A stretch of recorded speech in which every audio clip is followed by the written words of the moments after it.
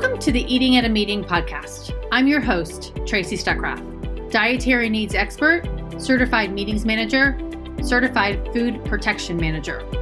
I have searched the globe to find people and businesses who are creating safe, sustainable, and inclusive food and beverage experiences for their employees, guests, and communities. In each episode, you will find authentic conversations about how food and beverage impacts inclusion, sustainability, culture, community, health, and wellness. I know that sounds like a lot, but we're going to cover it all. Are you ready to feed engagement, nourish inclusion, and bolster your bottom line? If so, let's go. Hi, everybody. Welcome to another episode of Eating at a Meeting. It is now September 7th. Holy moly, we're into September. I am in Columbus, Ohio, and I got out of the car today and I'm like, oh, it's football weather. And I am in Ohio State ground in city. I'm not going to a football game, but I am here to speak for the MPI chapter of Ohio on Friday.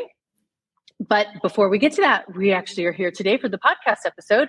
And I am here with Jennifer Squeglia. Did I say that right? Mm-hmm. Who is the owner of RLC Events. And I read a magazine article that you wrote for were interviewed for with Preview magazine a couple of months ago. And I'm like, got to have her on here to talk about food and beverage. So hi, Jennifer. Hi, Tracy. I am so honored to be here. I'm a big fan of yours. I think you do amazing things for our industry, and especially when it comes to food and beverage education. So thank you so much. Super happy to be here. Well, thank you. I appreciate that.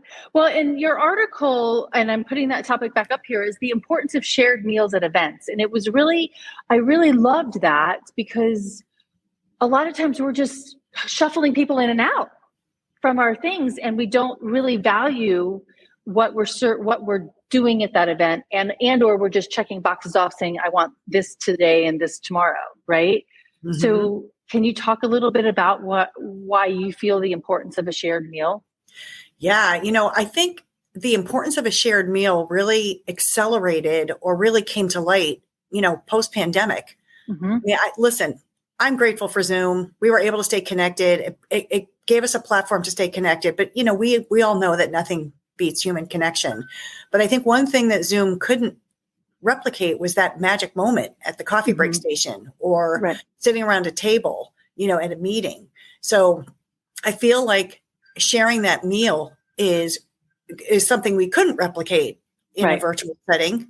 Even when people did really creative culinary classes and all that, it's just not the same. You're still in a room by yourself, right, on a camera. So I think coming back to in-person events, even I've seen it, in the meetings I plan, people really enjoy that time to talk to each other over a meal. Right.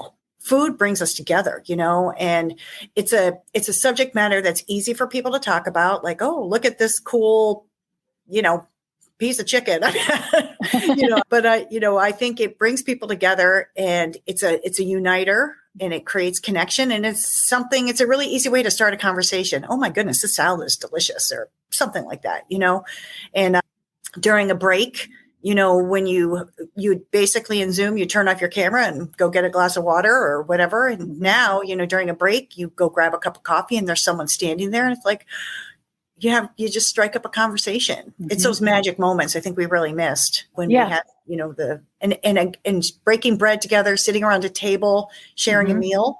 Such a basic human connection win, on so many levels. I wholeheartedly agree. And just, or like I said, I flew on a plane this morning before I got here, and the guy's like, I had a banana. He's like, you got another banana. Right. And he pulled out a can of sardines, and I said, you are not opening them on this plane because you will be the worst seatmate ever on a plane. Oh my gosh. And he's like, no. I'm like, I'm going to get up and move. And he's like, I'll wait till I get to my hotel room. I'm like, thank God. But that was just over food, right? On a plane. Yeah. Yeah. Yep. So it really does, add some vibrancy and stuff to a conversation. And it does actually make it easy to talk to somebody when you're sharing that meal. So one of the questions that I think was part of that article too was the silver linings of COVID. And I'm sure a lot of people are hesitant to say there's any silver linings from this, but what do you think there are silver linings. What are the silver linings, and do any of them revolve around food and beverage? Yeah, I think so. I think, yes, COVID obviously brought so much, hardship to so many people, and it broke a lot of hearts, and it was just really devastating. There's no question about it. And I certainly don't mean to make light of that when I say there are silver linings, but I truly I'm a glass half full kind of gal. And I really believe in my heart of hearts that there's always something to be grateful for. And I feel like during COVID, the essence of human connection, I don't think we're ever going to take that for granted again. At least I hope not. And I do feel like coming out as we learn to live with COVID and we're driving forward with in-person events, I really feel like that in-person connection, that human connection is something that you can just tell, as I go back in meetings, and I can tell my attendees are just so happy. Even if they're wearing a mask or whatever, they are happy to be back in person. It's definitely something we really, really missed. I also think it accelerated flexible working conditions. So there's a lot of very conservative companies that would not allow people to work from home at all, not even a day. And so I think with COVID, I think people realized, wow, it is working. People are working from home. And although I really feel like it's important to be in the office 1 or 2 days a week or whatever people choose to do, I think it's nice that we have more flexible working conditions, people with kids or, taking care of aging parents or whatever it is. It's, nice to be able to have a couple days at home. And I think companies realize people do work when they're home. It's like, and you and I have been on our own, I think in our own businesses for a while. And I've been working remotely for over 15 years. And, I remember when I first did it, people were like, oh, do you watch TV when you're working? And I'm like, no, I work harder at home, I think, in my home office than I ever did in an office environment. So anyway, so I do think that's been a big silver lining, is it's allowed the flexible working conditions to kind of be a lot more accepted. Gives people a little bit more flexibility. When it comes, go ahead. Sorry. No, I agree with that. And it does make a difference. It's a little bit challenging in some respects, but I do miss the water cooler conversations a lot of times. Yeah. Yeah. And I feel like people will find their place, right? I think it's a generational thing too, right? I think the people just coming right out of college, they're so smart and so successful, but I think they don't have the experience of that water cooler talk. So hopefully they'll, I think their preference is to work more remotely, which is, I respect that viewpoint. Actually, my niece is, so I didn't mean to interrupt you. My niece is starting a job on Monday and up in Washington, D.C. And she's like, I'm looking forward to the hybrid. She's only going to go stay at home 2 days a week, but she's moving to a whole new town and she wants the camaraderie and that water cooler conversation. So she can, she actually had an experience over the summer where it was 100% remote. She never met her boss. And it was crazy, kind of hard. Yeah. When you think about that, I really feel for the last 3 years, people have started a job like remotely. That's kind of really, back, I don't want to date myself too much. When I started my career, over 35 years ago or whatever, it was so like being at work and being in my early 20s, it was part of your social life. It was really such a big part of your life. So it's really good, I think, that hybrid environment, or to really, connect with the people you work with. Because you tend to, especially in our industry, right? You in the hospitality industry across the board, we're a bunch of extroverts. We're fun. We're cool to hang out with. We are. So let's do it. Let's take advantage of that. So I think it's important. Yeah. Now, did you have a silver lining related to food and beverage? Well, yeah, I think again, I kind of stated it earlier in the podcast, but I think we all missed breaking bread. And again, I don't think that coming together for a shared food and beverage experience I think is definitely going to be something that we'll never take for granted again. Yeah. So, yeah, I hope so. Yeah. Because I hope that food becomes more important. And I've been saying this for a while now. It's our number one expenditure, but we spend the least amount of time on. And I hope that we start to switch that a little bit or a lot. I would really like more focus to be on the food and beverage and what we're serving. And especially coming out of COVID too, with the wastefulness that we have in food and beverage, can we start to seeing everybody who went hungry during COVID and can we do a lot more with that? So Yeah, definitely. I also, don't you think though, Tracy, I mean, I hear you, I really feel that we've come a long way in like the last 5 to 10 years when it comes to food and beverage at events and working. I think the culinary teams at all the venues and hotels and restaurants that I have the great fortune to work with, they've really stepped up to create, obviously great food, but also great experiences, whether it's food stations and like I see there's a lot more action stations now. People love seeing the chef like put together their taco, Yeah. So I definitely think we've come a long way and not just checking the box. And I also think our attendees are also a lot more educated on food. Think about 20 years ago, how many food networks were there? None. Yeah, exactly. Now there's so many, and there's so many awesome shows about food and, what Anthony Bourdain did with, Kitchen Confidential. I mean, that kind of started a whole new era about kind of the behind the curtain of food and beverage and also just people's knowledge of food and beverage. Well, and my friend Sophia was actually on bargain meals at home. And she's an event planner and she was just on that show and they had to it was ironic because she's an event planner, but they had to create an event food. They had 30 minutes to create a menu for an event with just what they had in the refrigerator on a bargain thing. And they could only go to the grocery store one time and do 2 different parties. Wow.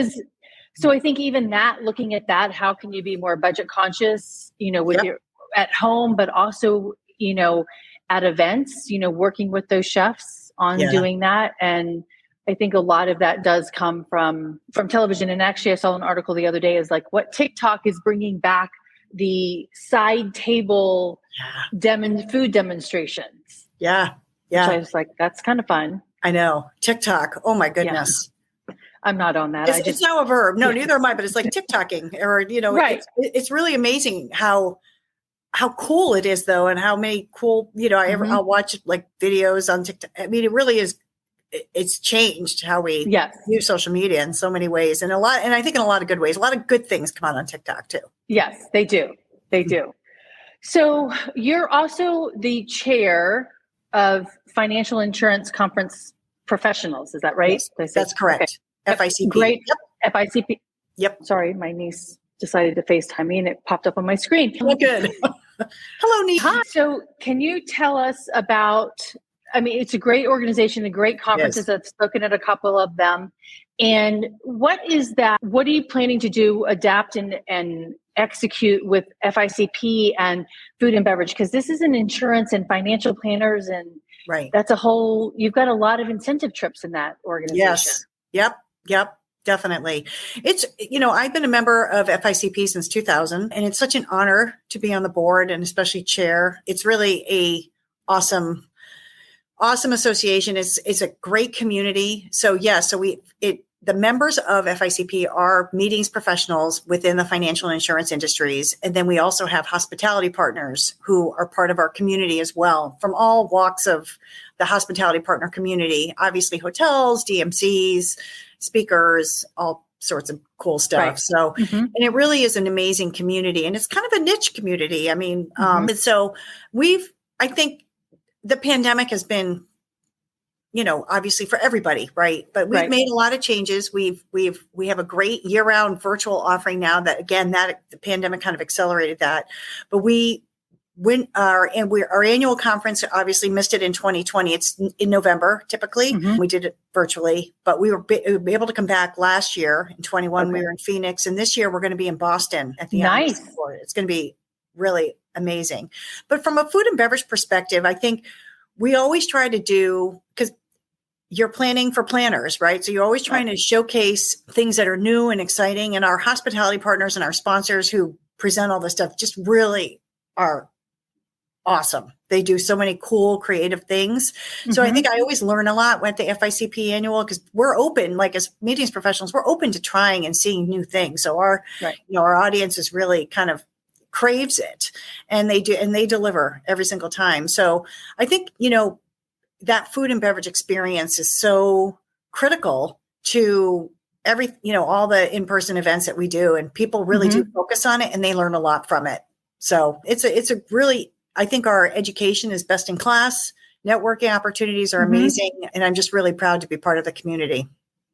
Well, that's good. And it's been a good program. And have you seen, not to get into the nitty gritty of FICP, but hopefully those members are coming back and, Yes. they're starting to get to do their events again, because a lot of it is incentive. Yes. Travel meetings as well. Yep. Yes. And they are. We're definitely coming. We hear from our members, they're busier than ever. And as you know, everything's been kind of kicked forward. So I think everyone's, 2 years of events are now happening, and, they're all being kind of, so people, I think our planners are busier than ever for for the rest of this year and obviously beyond. So it's really, the compression is interesting. People are really busy, and there has been, a lot of changes in our industry, especially on the hospitality partner side. They really were devastated. But one thing I will say throughout the pandemic is the resiliency and the positive attitude displayed by our community really was very inspiring to me. I agree. There's so many new adventures for people in new jobs. And, there's some people who chose to leave the industry, which is unfortunate, but I think there's lots of opportunity. Actually, I got an email today from a young girl who just started in the tourism and events department at NC State. She's like, I'm the event chair for our organization. Can you come speak on Monday? I'm like, sure. So awesome. She's excited to I'm like, I'm definitely going to come talk to, students who are wanting to get into this industry, because there's so many different opportunities. Yeah. I think giving back kind of is so critical. And I anytime, like, people, as an event professional, people call, hey, I have a daughter or a neighbor or blah, blah, that really interested in getting into events. Would you talk to her? My answer is always yes. I think it's really important that we kind of provide the platform and the, mentorship. I believe in it wholeheartedly in this industry, because it is a great industry, and it has been disrupted in the last couple of years, but it is roaring back, and there's so much opportunity. Exactly. Yeah. So how do you, we're still kind of in an uncertainty in a lot of respects. I mean, I actually saw an article the other day that said the U.S. Labor Department is saying chefs are needed. There's chefs that have left the industry, have left chefing restaurant-wise, hotel-wise, because of the hours and things like that. And I actually met one whose executive sous chef left to go build houses, because he actually had more time with his family doing that, right? Yeah. And the chef didn't blame him, right? Right. But so how do you, in this time of uncertainty, when we don't know if the food and beverage is being prepared in-house or if it's being catered from outside, or, how many attendees are going to come, what are some steps that you have, or some tools in your toolbox to help manage an uncertainty? Yeah, no, it's an interesting time for sure. And I think two things that come to my mind, first of all, is, and we talked a little bit about this before we went live, is just showing grace. It's the pandemic shut things down very quickly, but the reopening, turning that light switch back on, is obviously, it's just not that simple, right? You have to ramp up, you have to retrain, you have to kind of get people. And so I think as a meetings professional, when you're going in, you can't just say, that, why doesn't this happen this way, or what have you, So I think that leads to communication.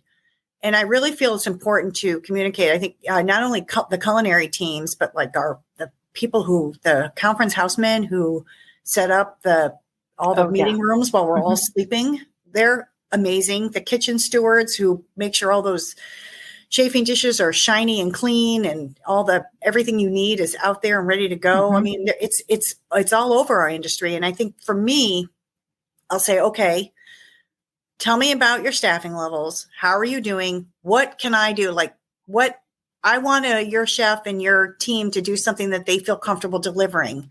As much as, I don't want to, we don't need a trapeze artist, serving champagne cocktails. Let's stick to like we talked about before. I think people are really savoring that human connection. So I think the setting we create, the food that we put on the table, is really important part of that. But it's for them, it's about being together, right? So we obviously want a great food and beverage experience. We want a great experience all in, but I think we really have to work closely with our hospitality partners across the board, speaker bureaus, DMCs, hotels, whoever we're working with, whoever we're partnering with on the events, is tell me a little bit about your challenges. What can we do? For an example, like in-room amenities, that's a big part of, incentive programs in particular, right? Doing those wonderful room drops. Well, if you've got 1,000 people, maybe that's really hard for the hotel to do right now. So maybe you rethink it. So I just think we have to show grace and really communicate and say, what I would love to do, a filet mignon. Is it easier to kind of roast tenderloins and slice it up or grill the what works for you with considering the challenges that you're facing? Because at the end of the day, we all want the same thing, right? Right. Everybody does. We want a safe, healthy, enjoyable event for all. And we want the hotel wants to succeed even more than we do. So it's kind of approaching it as a partnership. I like that. And I'm hoping that, because you've always seen in the media, it's the buyer's market, it's a seller's market, and that not just for hotel or not just for houses, it's for meeting space, right? Yeah. And I hope we come out of this more as that partnership, and it's not that, because it's trying to find spaces and people is hard right now. Yeah, it is. And I think we really have to show grace and understanding. Obviously, some markets have been more impacted than others too. So I think it's a matter of us doing our research, to make sure that, but I think it's just really about, I think we all want, we all have high standards. We want the best thing, but we also have to say, all right, maybe it was up here, but maybe we need to come down just a little bit at the end of the day. Will it impact the attendees? As I think half the stuff we do, they don't even know. Like there's so many things that have happened at events, right? But pre-COVID that just was totally flipped everything on its ear. But from the attendee experience, they had no idea. Right. So we have to remember that, right? Yep. Yeah. And it's my one saying is that we always pull bigger rabbits out of smaller hats every year, but they don't know that we did that. Right. And do we really need to do that? And so I like the idea of rethinking, can something be simple and be just as extravagant?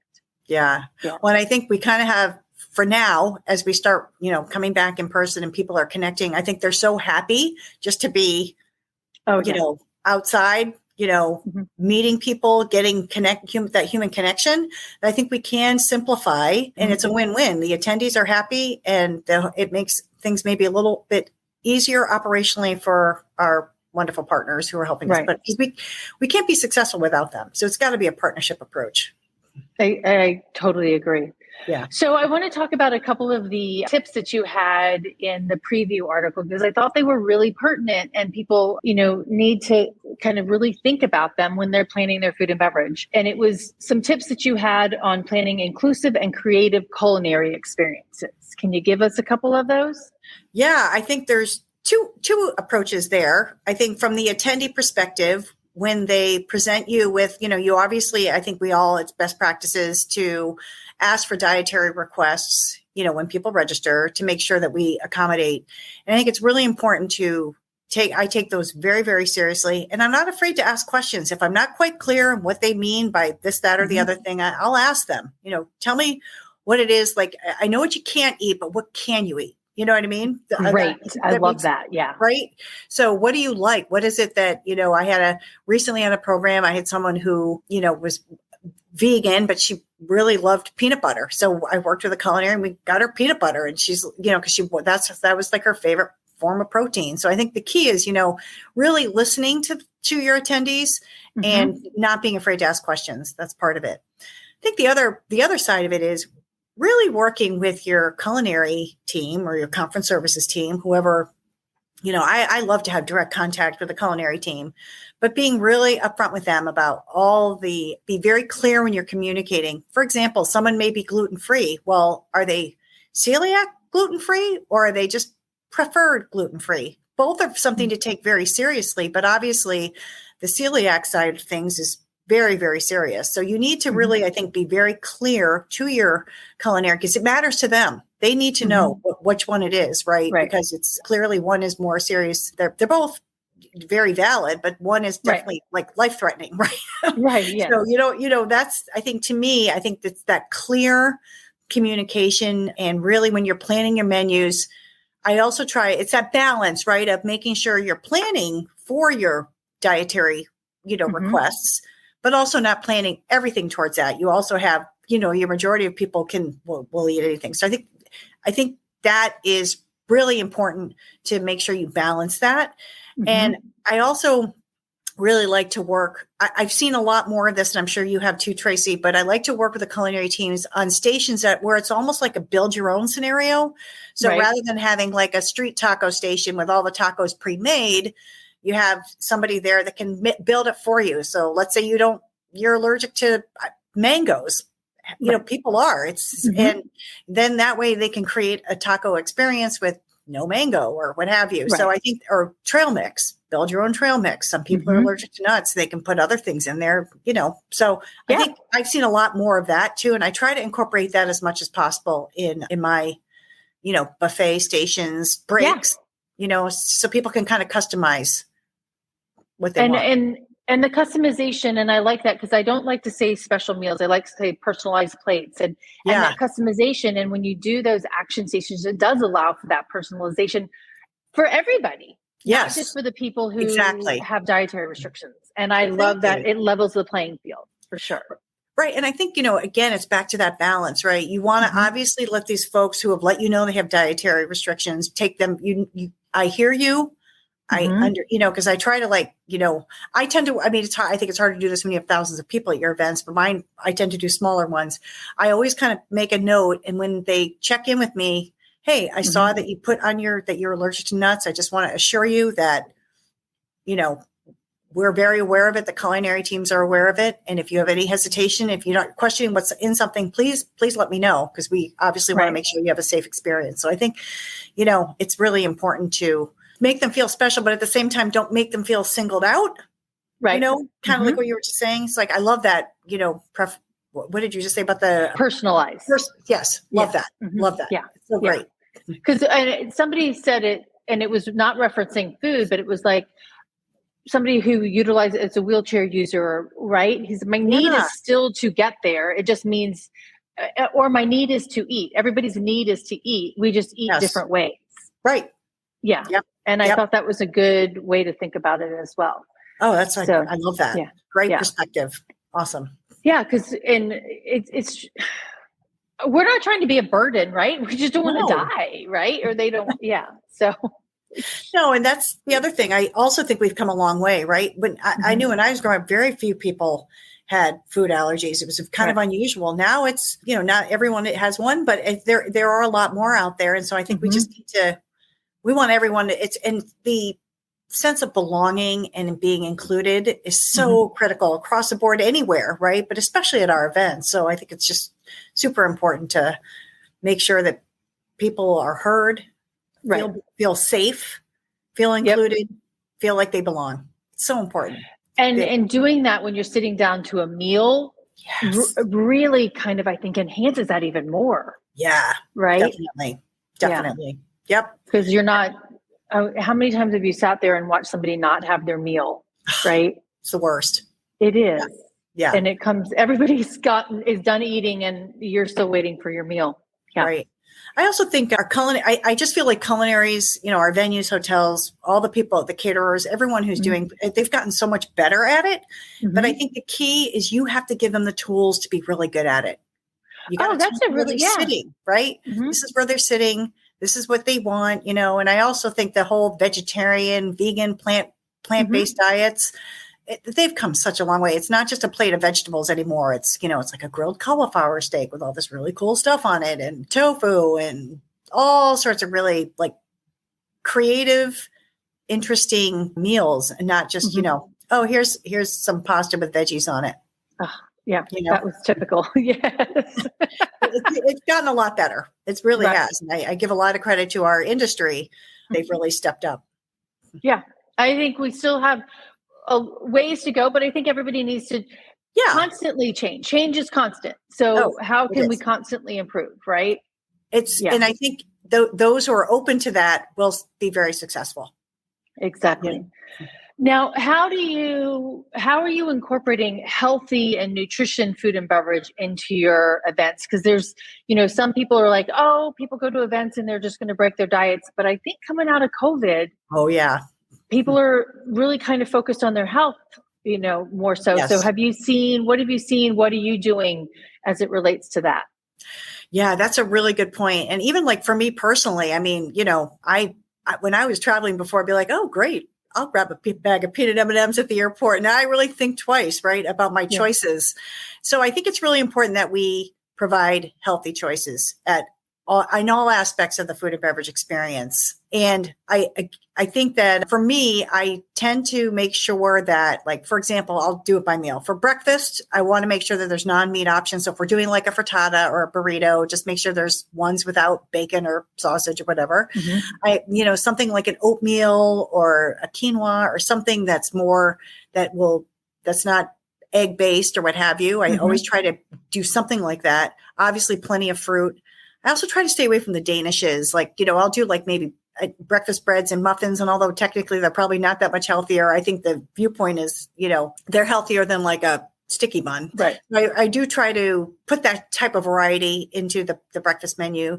For breaks, again, who doesn't love the jumbo chocolate chip cookie? But try to make sure we put, and not just like whole fruit, but, fruit kebabs or, some trail mix, some nuts, raisins, dried fruit. I love it. One of my favorites is like build your own trail mix type of scenario. And then you can make it as healthy or unhealthy as you want. And then for lunches, especially if we have an afternoon session, I really try not to do a lot of carbs, lean proteins, lots of salads. And I'm not saying it's carb free, but I try to like make it like, 2 or 3 salads. And sometimes, depending on how many dietary requests I have, sometimes I'll do at least 1 or 2 decomposed salads so people can kind of build their own and avoid, the nuts or whatever they're trying to avoid. Lean proteins, not real heavy sauces. Because I find if you do kind of carb load and heavy sauces, people are just asleep. They're going to crash. Exactly.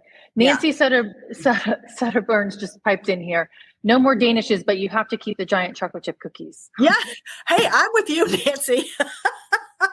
I totally agree. Because, you just spend a little more time on the treadmill in the morning if you have that time. Exactly. Yeah. It's all about choices, right? I think that's one thing I've certainly learned. Choices, behavior, habits. Obviously, as meetings professionals for our attendees, we want to be able to provide them the ease of a platform to make the good choices. But, jumbo chocolate chip cookie now and again. Hey, I just have to do a shout out. I stopped at this bakery on the gluten-free bakery, dedicated gluten-free, nut-free bakery here in Columbus. Nice. And how do I do that? So blueberry muffins. I'm going to be here for a couple of days, so I'm not going to eat this all in one sitting, people. But I loved it. I mean, and no nuts, no gluten, no dyes either. So, So a friend of mine recommended it, but I mean, and again, I'm not going to eat it all in one sitting, but I want to try it out because I think it's important, hey, you've got somebody, your hotel can't do it. Hey, go to this bakery. Right. Yeah, and they've been around for 11 years. Wow. Yeah. So, like I said, our industry has come such a long way in having gluten. Gluten-free doesn't mean, no bread. Like there's gluten-free bread now. There's gluten-free pastries. There's, there's not so all of it's many. Good, but there's so many cool options. We've really come a long way. That's awesome. Exactly. All right. So Nancy just put a question up here. Can we talk about break food versus meal selections too? Okay. Elaborate a little bit, Nancy, on what you mean by that. I mean, it is break food versus meal selections. It is hard because to me, it is. You break food is just, they do those set breaks, right? And then you've got the line items, the a la carte, which then jumps your budget like this high, right? Well, I was just going to say, I think with breaks, budget is, it's for me, I try to do as much stuff on consumption for breaks as possible, okay. Whole fruit. And I like bagged snacks and so, anything from like popcorn, pretzels, chips, trail mix. I try to do a lot of stuff on consumption because at the end of the day, breaks can really add up. They can be almost more expensive than either your breakfast or lunch if you're not careful. Yeah. By the time you had coffee and, everything else. And so I try to do as many of my breaks on consumption as possible just to offer a variety and also kind of try to stick to some sort of budget if I can. Right. Exactly. And Nancy just made a good point that the bagged food actually walks well. So you're not juggling a plate and, that big muffin. And she's, I'm loving you being on this, Nancy. Consumption, no preset breaks because a lot of that just gets not consumed. Right. Yeah. Exactly.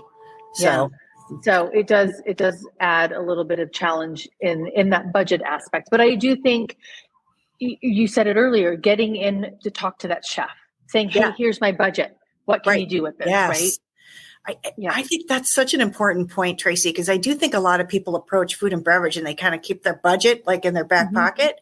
It's like, no, tell the chef what you want to spend. Because the other thing is they can rob Peter to pay Paul, right? So they may say, you can say to them, I have 1 day of meals and I have $150 to spend. What's the best way to do that? And he can come up with some really creative ideas, Nobody knows their food costs, budgets, and all that better than a chef. So I think being transparent with our budgets, if you really need to stay on a budget, and we do, right? I mean, there's very few events that you have where you're like, I can spend whatever I want. That just doesn't exist, right? So I think working with your chef and working to accommodate, I think they really welcome the cost parameters so that they can come up with. The other thing is, let's face fact, who has time to go back and forth 25 times? Be honest, they don't have time. You don't have time. Everybody's busy, right? So it also saves a lot of time because he's not going to come up with this really lavish, elegant menu that you can't afford. Right. That's so true. Because I remember an event in April and it's like, just to get the kosher meal, we had one person, we were doing Passover, but just the conversation to get the kosher caterer to do the meal, it was like, oh my gosh, please just make my head stop hurting. Right. Yeah. And that's, it's just, so again, it's all about communication. Right. It really is. And as we see, exactly. And our CSMs have limited amount of time because they're handling multiple events and how can we make it easier? But I think they also need to make it easier on the other side as well, right? Yep. Working as that team. I like that. Yeah, we've talked a lot about the culinary side, but the conference services managers, and I think, I used to be one early in my career. I was on the hotel side, and they are such a critical partner when you're working with a hotel. I mean, that relationship, the trust, the responsiveness. So I want to just give a shout out to the great CSMs out there because they really are such an important part of the success that we experience at our venues and places. Yeah, and I think we take them for granted because they are there. Their hotels open 365, right? 24 hours. Yep. And they're there doing a lot more events than you and I probably do every year. Oh yeah. And they're managing. They're that conduit between all of the different departments. So right. And when you're on site for an event, they're very present. But meanwhile, they go back to their office and they're doing banquet event orders for an event, 2-3 weeks from now. And they're, I think you and I are professional meeting planners, but they're also dealing, especially post-COVID, there's a lot more kind of meeting planners out there. People are just getting handed meetings to do that may not have the experience. So that's a lot of pressure on the CSM to kind of help guide them and kind of, they have to kind of stop and say, all right, let's pick menus. And, they have to, they're not all the people they're dealing with are professional planners. And so that takes more time for them too. So they really are doing coming out of COVID. I think that's been one job that has been really in high demand and very short staffed. And that's a tough job to be short staffed because it's long hours and long days. Yeah. And I've talked to a couple of caterers, not CSMs, but the caterers who are getting calls from people who've never done an event before and they have no idea. And they're like, they'll ask them dietary needs. What do you mean dietary needs? Right. Yeah. And so they're taking this new role of education and they don't unfortunately have the time to do that education, but it's also imperative that they do it at the same time. Yeah. Absolutely. Yeah. Absolutely. Yeah. Nancy had a comment in here. The walk note was relative to expense. The people that take too many, especially with those with conservative travel budgets. That's a really good point. Yeah, that's true. You put out a basket of, chips. Some people may take 2 or 3 and bring them to their room or put them on the plane. That's true, Nancy. That's a really good point. Or they don't know that soda is costing us $7.25 versus the $1.25 in the what do you call those vending machine, right? Right. Yeah. Well, I don't even know if it's $1.25 anymore. Probably not. I bought 2 bottles of water yesterday at the airport. It was like $7. I'm like, wow. Yeah. But no, it's ridiculous. Nancy just said $6 for a bag of popcorn. Yeah. Yep. And it's coming from a variety of different ways. It's not coming from necessarily from the popcorn grower, the corn grower, right? It's coming from the manufacturer. And I think that just kind of bringing that up too is what can you get local, right? Work with the chefs to see what you can get sourced locally and to help reduce some of those costs. And support the small businesses, that's so important. And I think, that's another thing that you do see quite a bit with the culinary teams, especially like in the resort areas. I find when I'm working, at a lovely resort, they really do try to kind of take advantage of the farms and the, farmers and the people who are in close proximity to them. I mean, it's such a win-win. You're getting fresh, clean, fabulous food, and you're supporting a small business. So I know, I love that. Yeah. I do too. It's great. Yeah. It's really good. Yeah. Okay. So, and Nancy, I'm not going to bring up soda because soda is just, oh my gosh, bane of our existence, the pricing of it and how many people take how much they drink. But so I want to ask you a question. What is, when you think about the podcast and it's eating at a meeting, safe, sustainable, and inclusive, when you put those three things together or take them separately, what does that mean to you as a meeting planner? I think it's our kind of duty and responsibility to ensure that our attendees have a really great experience and that they feel like they belong, that they're included, that they can sit down to a table and have a meal, enjoy a meal and enjoy the human connection. And that's really important. I think, it's all at the end of the day, it's so interesting because I think we get caught up in our tasks and, our checklists. I love it. Right. Checklist, right? But at the end of the day, it's like you have to stop. You have to, instead of looking down, look up and say, how will this impact the attendee? What is it? What's their perspective on this? Let's think like an attendee. Because I think, let's face it, as a planner, sometimes you get really frustrated. It's like, oh God, they don't read anything. I'm sending them 17 pages of logistics and they didn't read it. It's like, okay, this event is your focus. It's not theirs. They, you know what I mean? So you have to kind of simplify, prioritize your communication. And I think, when you're preparing a meal, you have to really think of your dietary and just think, how will this experience be received by our attendees? I think, let's work with the culinary team, create a station that's going to be really cool. And I think the key is just making sure you always keep your attendees' experience in mind. Sometimes you get sidetracked, right, with your checklist. Right. So, yeah, no, that's a really good point. And I think that's come out a lot in our industry as well, as like, and there are people who are really good. Let's do the logistics, but then there's also the strategy and then there's the experience thing. So how do you incorporate those three different aspects to make that great overall event? Yeah. Yeah. And I also think you need to kind of check with your stakeholder and say, when this event is said and done, what do you want your attendees to walk away with? How do you want them to feel? It's a really good question to ask because it's like that helps you to kind of design your event, your menus, everything to kind of align with what that vision is. It's really important. Yeah, I agree. And it's because then they're going to value you more. And especially, in a lot of the incentive trips, I've said this before, is they've busted their butt to make, to win the slot in this incentive trip.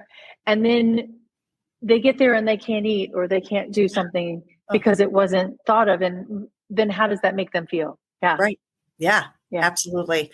And I think too, you have to remember, especially on like an incentive trip, like you wouldn't have a job if it weren't for their performance and their, them excelling at what they do, and even if it's not an incentive trip, I think it's our duty to make sure all attendees walk away from it and, that in-person experience feeling really good because it reflects on everything, how they feel about the company, how they feel about the event, how, what kind of business they're going to do with this company moving forward. I mean, you have to look at it that way. It's a big part of, delivering and marketing, the company. It's huge. So you have to really kind of make sure you keep that in mind.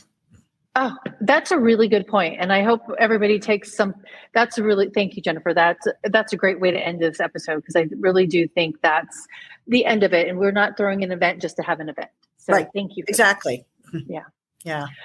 Well, I so appreciate you being on here and giving us your ins and outs of what's my banner say, the importance of a shared meal at events. And so thank you so much for that. And thank you for creating that for your attendees.